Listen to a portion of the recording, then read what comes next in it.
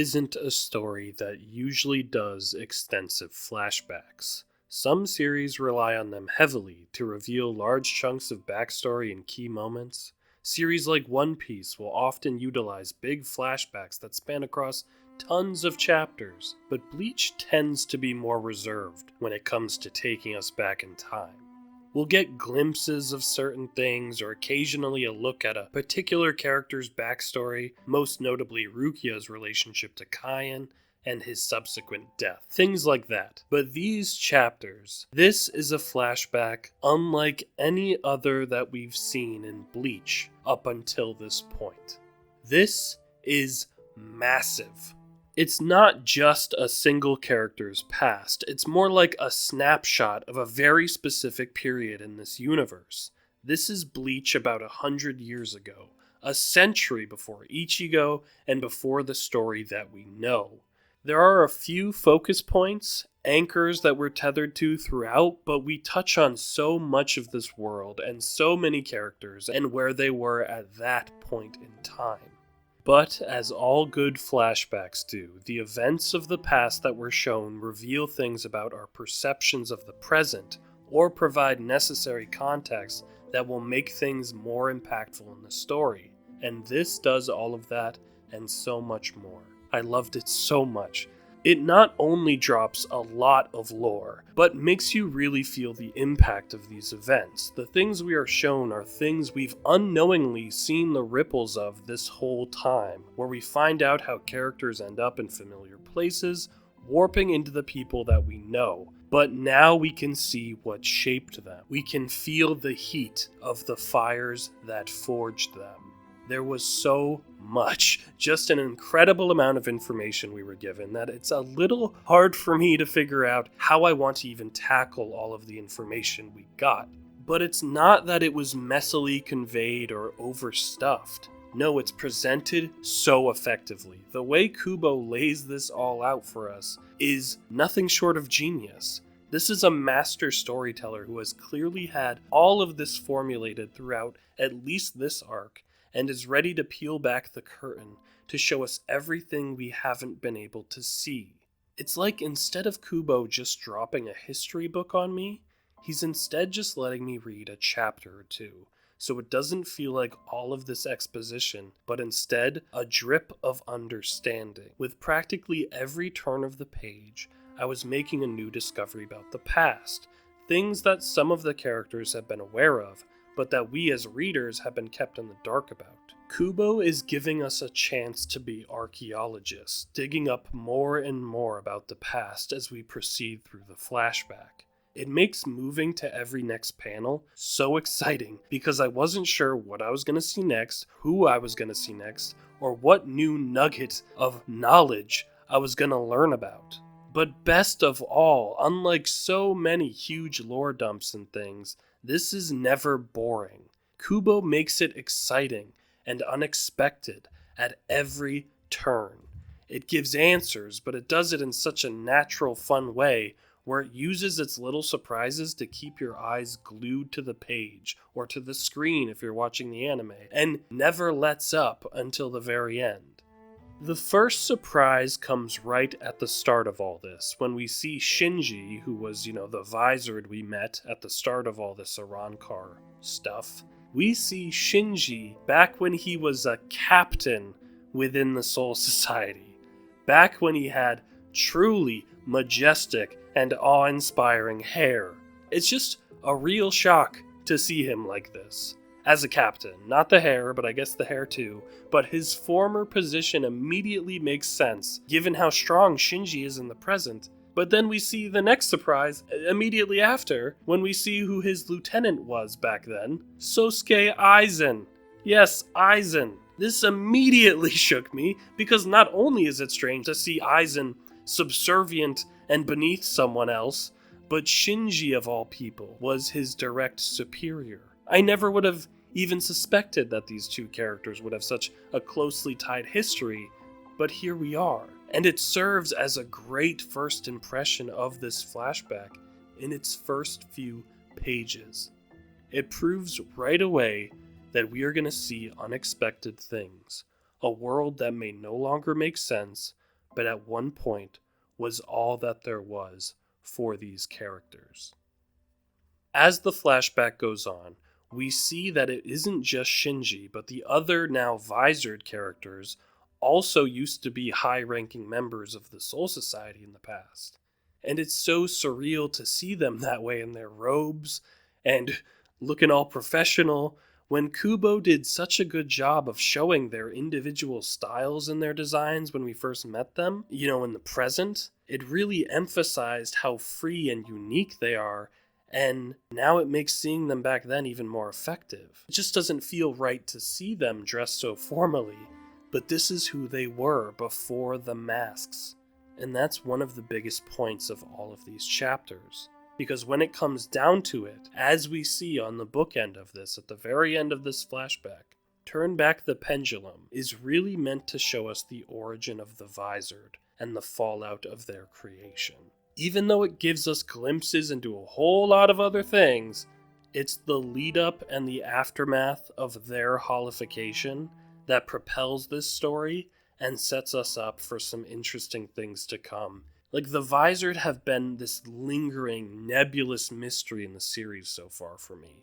In the current storyline, they were used to help Ichigo understand his Hollow Mask, but up until this point, we knew very little about their backstory or where they came from.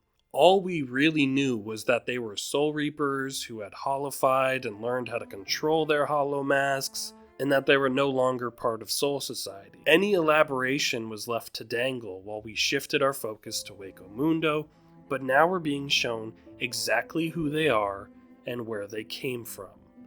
This gives us more time with them, which was something we didn't have much of when they were first being introduced. Besides Shinji, Hiyori, and Hachi, there hasn't been much time to get to know the others in the present. They kind of blended together in my mind a bit because we didn't have a chance to really develop them much, because that part of the story was, rightfully, more about exploring Ichigo's psyche over the new characters that were helping him. This flashback gives us more of an opportunity to get to know them, even if it's a very different point in their lives. It still informs us about who they really are and how they ended up the way that they did.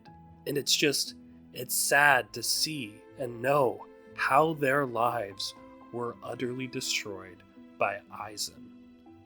Besides the Visored, Turn Back the Pendulum also spends a lot of time around Urahara. This is by far the most amount of time that we've spent with him, and anyone who has watched my videos knows how much I both enjoy his character, but also have been very suspicious of Urahara for a while now. The flashback doesn't completely wash away my suspicions, but I appreciated getting the chance to get to see him in a different environment, in a very different stage of his life, and in a bit of a new light. This isn't the mysterious, cool, sage-like shopkeeper that pops in and out of the story offering assistance or advice. This is Urahara back home, just trying to do his best to be a leader and adjust to his new responsibilities and what comes with them.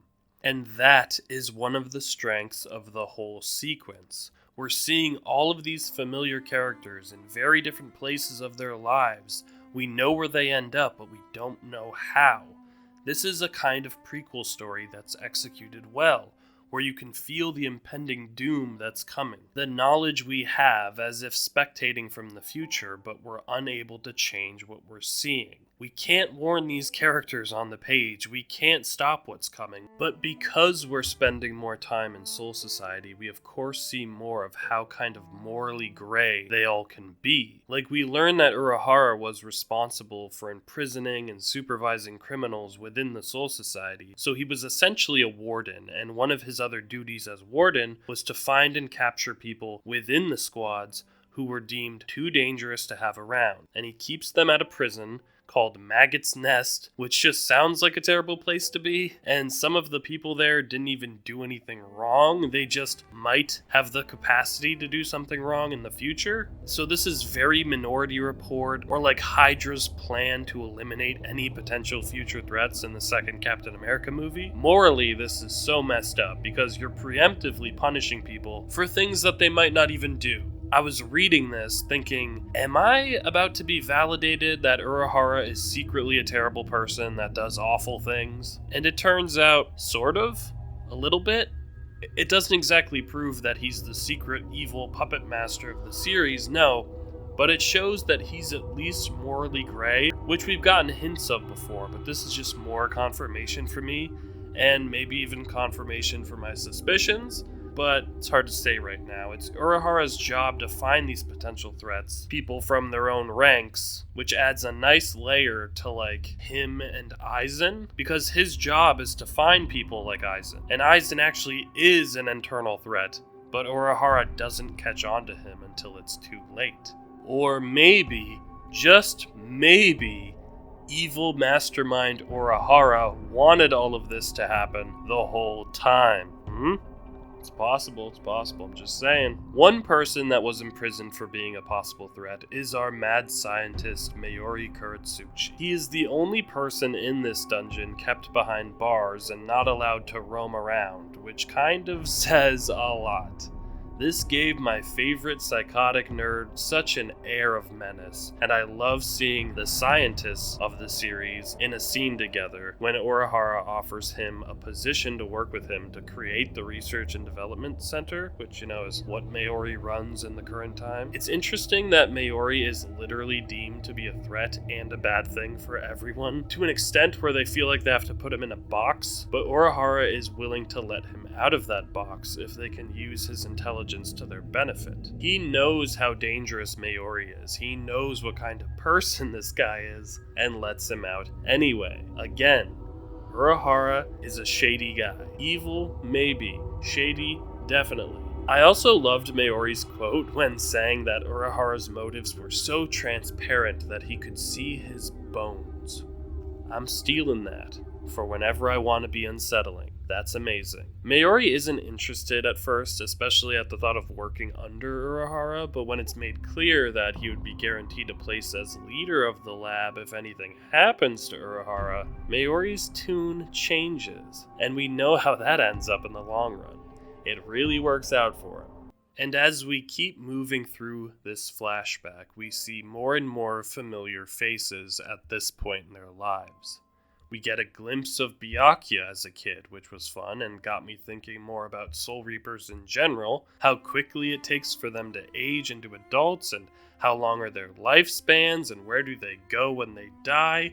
Anyway, we got to see Yoriichi teaching it, which is cool since he mentioned that during his fight with Zamari, and maybe before that. I can't remember if they talked about that when she was on the bridge with him in the Soul Society arc.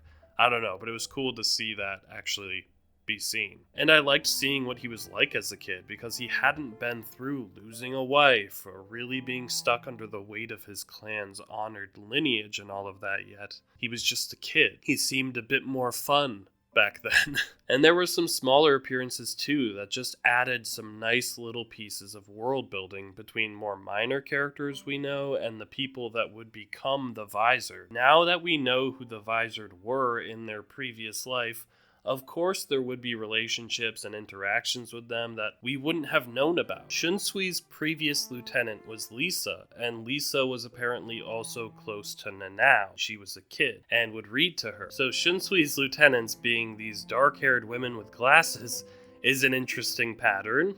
Maybe Nanao reminded him of Lisa after, he lost her as his lieutenant? I don't know, but that's a potentially sad way to look at it. There was also Kid Hisagi being saved from a hollow by Kensei, but it also showed that Kensei had the same tattoo that Hisagi eventually has on his face. So we didn't know it, but this whole time, he seems to have had a tribute to Kensei. That's a cool detail that I liked a lot. And then we saw that Hachi was close with Tasai in the Kido Corps. Obviously, Tasai has shown some prowess in the past, like during Ichigo's training, but I don't know why I didn't expect him to have the position that he does.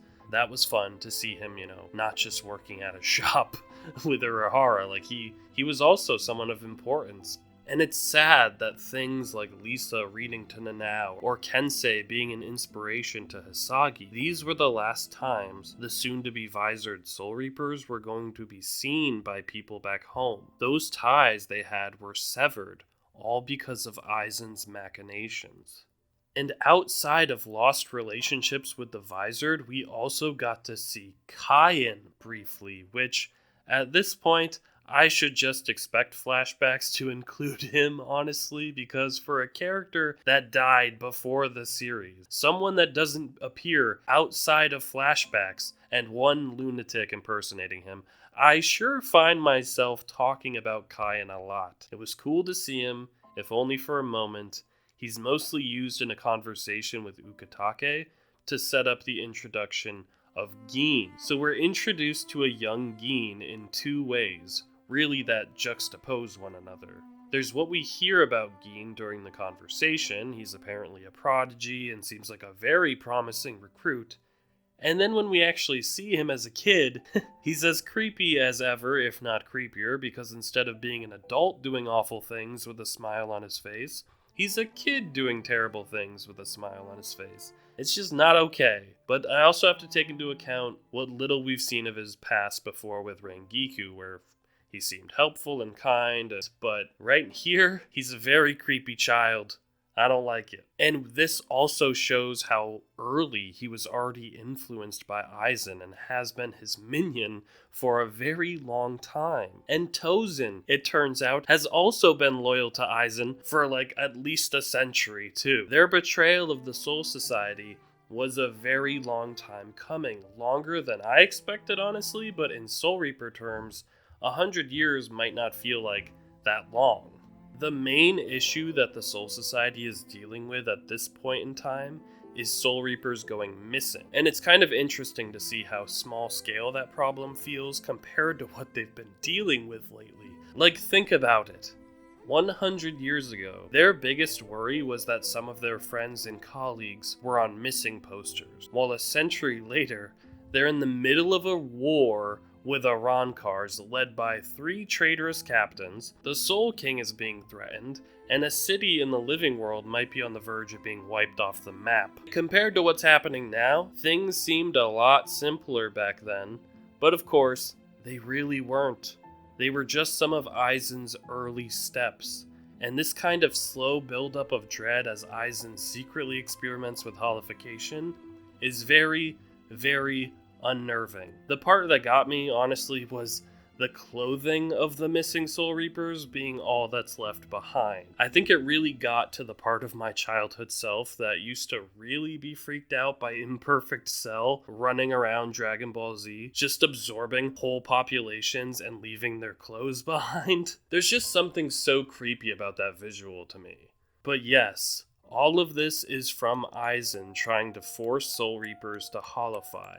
Let's finally deep dive into Aizen at this point in history. When the flashback starts, you can't help but wonder where Aizen's head is at back then as a lieutenant. I found myself paying attention to whether or not he was already conspiring, or were these interactions genuine? Because you go into Turn Back the Pendulum unsure of if this might be the origin of his descent that we're about to see. We get the answer to that very quickly, but it's interesting that the very first thing we're shown is how respected and loved Aizen is by his fellow Soul Reapers. Eventually, we do see that he's just as conniving and manipulative back then as he is now, and that most of these people are just under his spell, whether it's because of his Zanpakuto's literal hypnosis and illusions, or just his natural talent for manipulating others. But I'm going to focus on a small moment that I really loved, and I think is so telling about who Sosuke Aizen is. When he goes into Shinji's room, in the first scene of the first chapter of this whole flashback, he asks Shinji what music he's listening to, and Shinji explains that it's jazz from the human world. I love that Soul Reapers will apparently bring over samples of the living world to enjoy. That's a really fun idea, and I'd love to see their reactions to other things that humans have made. Anyway, back to Aizen. It's such a small moment, but Aizen listens to the jazz and says he doesn't understand it. I thought that this one little exchange was absolutely fascinating and very telling of who he is as a person. Aizen has shown himself to be a meticulous and calculating individual to the utmost degree. Everything is planned, Everything is accounted for. Every minute detail is executed exactly when he wants it to be to get his desired result. Jazz, by its very nature, isn't like that. No, jazz is all about being improvisational, adapting to the moment, and to the feelings and to the rhythm. The music can change on a dime at any second, become impossible to predict, and a completely uncontrollable kind of influence. Even the musicians playing jazz often don't follow sheet notes or anything like that. Even though they're the ones with the instrument in their hand creating the music, they might not even know where it's going to end up. It could be in a completely different place than when it started. So of course Eisen would not understand something like that. His need for planning and controlling the way things go is inherently something that jazz goes against. So really, if we want to defeat Eisen in the present, we need people to scramble his brain with some saxophones. Just hit him with some sweet, smooth jazz, and Eisen will fall. There's another small moment that got my attention too when Eisen learns that a previous captain got promoted to join something called Zero Company, or the Royal Guard, so presumably the Soul King's own private squad. The look of shock on Eisen's face seemed real enough, and might be the only genuine surprise we've ever seen from him. I thought about this moment a lot the other night because I think his reaction is maybe the inception of all his plans with getting to the Soul King and all of that. Hearing that there's another level a Soul Reaper can potentially attain could have further fueled his desire to rise above the heavens and above the Soul Society. He's understanding that you can keep climbing the ladder, and for him, he just wants to keep going until, like you said before, he's at the top.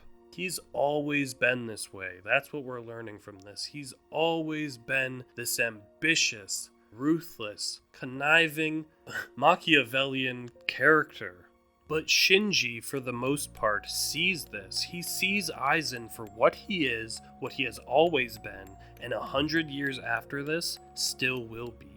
Shinji was suspicious of him from the moment he started working with him, if not earlier, which, in his words, way earlier, because there's this repeated phrase used by Shinji a few times toward Eisen that I absolutely love.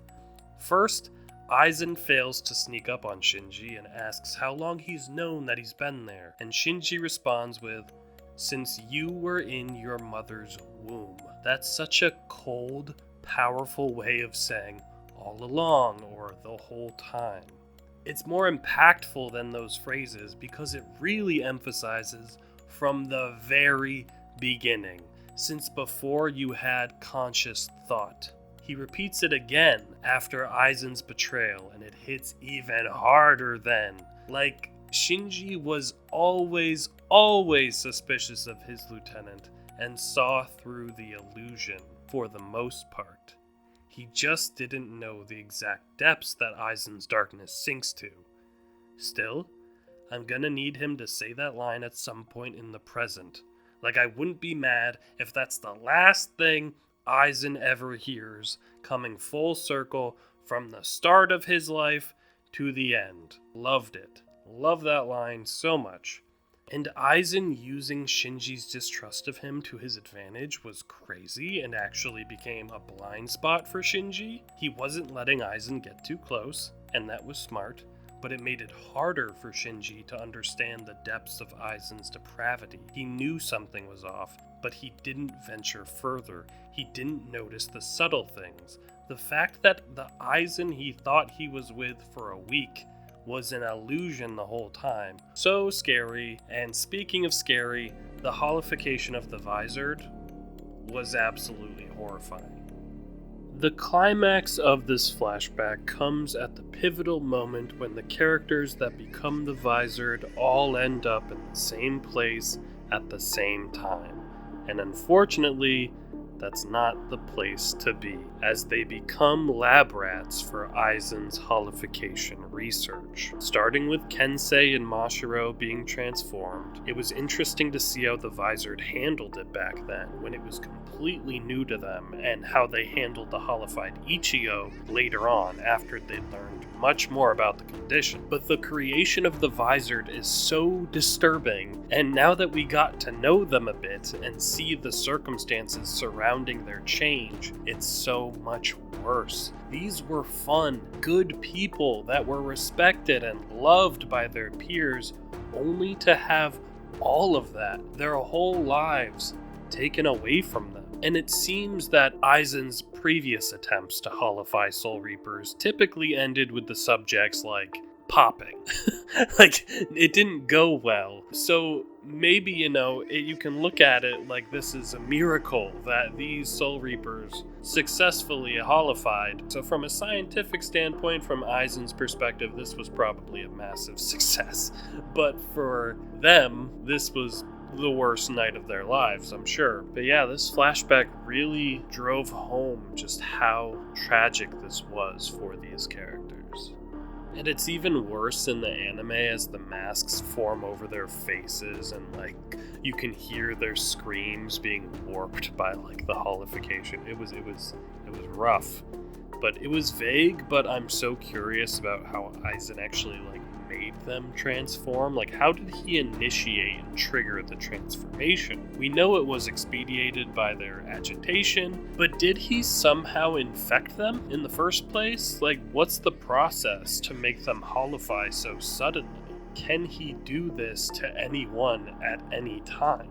Scary thought. I am just very curious how he made this even happen. And Urahara coming to their rescue but failing to stop Aizen or reverse the holification was unfortunate, but obviously it wasn't going to work since we know where these people end up. So it wasn't shocking, but still sad all the same. And I don't know if it's just my paranoia toward him, but I really don't know if I should buy Urahara's story about how he knows about holification. At face value, it doesn't seem like anything bad, but I stopped taking things at face value when Aizen took off his glasses. You know what I mean? Urahara says he just stumbled upon information about holification during other research, but I don't know if that's the truth. Even Aizen was very surprised and kind of impressed that Urahara already knew about holification. This isn't something that's widely taught. And yes, Urahara has studied a lot of things, he's a super smart guy, but I'm scared that he's also dabbled in these experiments before. I swear if this whole thing turns out to be an extremely elaborate experiment by Urahara, I'm gonna be pissed. I want him to be genuine, and he seems genuinely upset not to be able to help the Visored, but again, I have been fooled by Kubo before, and I am trying really hard to not get fooled by him as much. I want to be able to trust Urahara. I really do, but between the Maggot's Nest, imprisoning people thing, and his information and previous knowledge about holification, I'm just concerned. I'm skeptical of him, okay? I know he's probably a good guy, but I'm just nervous. Anyway, everything worked out for Aizen. Even when he was caught red-handed, all of the people that learned the truth ended up in places where they weren't in positions to go up against him or get in the way of his future plans, so it all worked out for him. And this whole backstory comes together in the aftermath of the holification, and we learn about things that have been on my mind for most of the series, namely, what happened that caused Urahara, Tessai, and Yoriichi to be in exile in the living world. That's how we've known them since early on. They've been these exiled Soul Reapers. And it's a kind of devastating answer. Urahara is arrested and put on trial by Central 46, and he tries to tell them what happened, but unfortunately for him, Aizen is Aizen. The truth is what he wants it to be, and he is very, very persuasive. The fact that Urahara tells them about Aizen all this time ago, he tells the Central 46 that Aizen can't be trusted, that he's bad, but they didn't believe it because of Aizen's deception, just shows how well insulated Aizen made himself, thanks to both his actual illusions and the social illusion that he was the stand-up guy. Because if the Central 46 had at least really given Urahara a chance, if they even considered for a moment the possibility of Aizen's involvement, they might not have eventually been massacred by Aizen later. They could have saved themselves.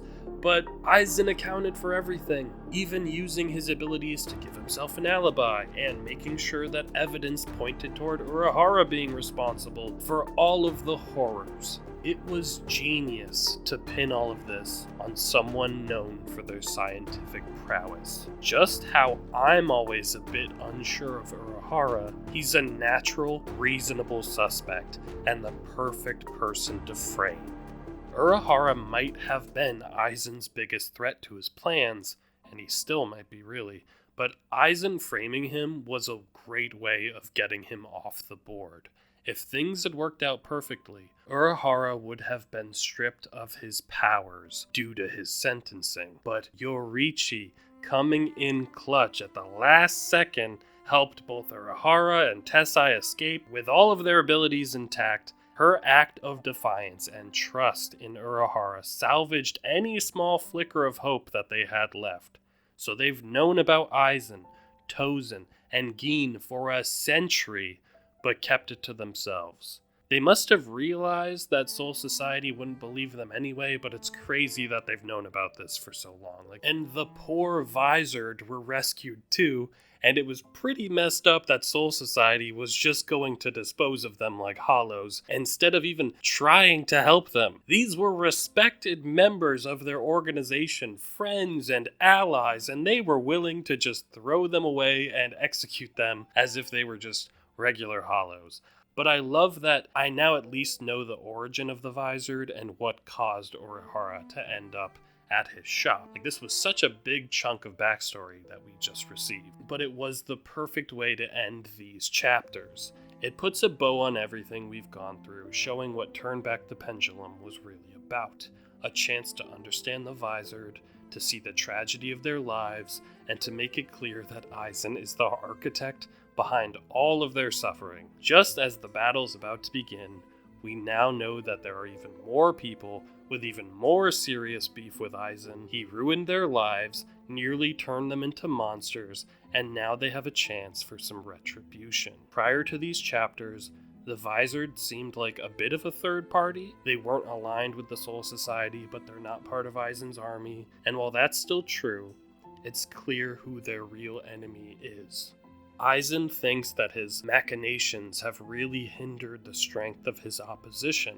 The Visored might really be able to even the playing field. Is it bad that I want them to all show up and just dogpile on Aizen? They all deserve to get some shots in after what he did to them. Turn Back the Pendulum showed us so much, but what I loved was that even with the enormous amount of answers we've been given, Kubo has left so much room for there to be plenty of more questions about this world. It helps that he really focused all of this on a very specific point of time. This was just a small portion of this expansive universe, so despite all of the answers and the lore we got here, it still left questions in my mind too. He showed a lot, but you can tell this isn't even close to all of it. We don't know the full backstory of Bleach just because of these amazing chapters. He left room for there to be so much more, and I can't wait. There are still plenty of mysteries to this world, but I'm glad we turned back the pendulum to get a few very satisfying, very sad, and incredible answers. This was a history lesson that I needed, one that showed us a different time, a time of apparent peace, where a horrible darkness was starting to take root. A tragedy that the rest of the world seems to have forgotten about and moved on from, except for the few that experienced it firsthand. And for those people, the past is never truly forgotten. The pendulum always swings back. Thank you so much for watching, guys. I absolutely loved reading this backstory, and now we can get back to the war at hand and patiently wait for Shinji and the Visor to hopefully show up and get some payback.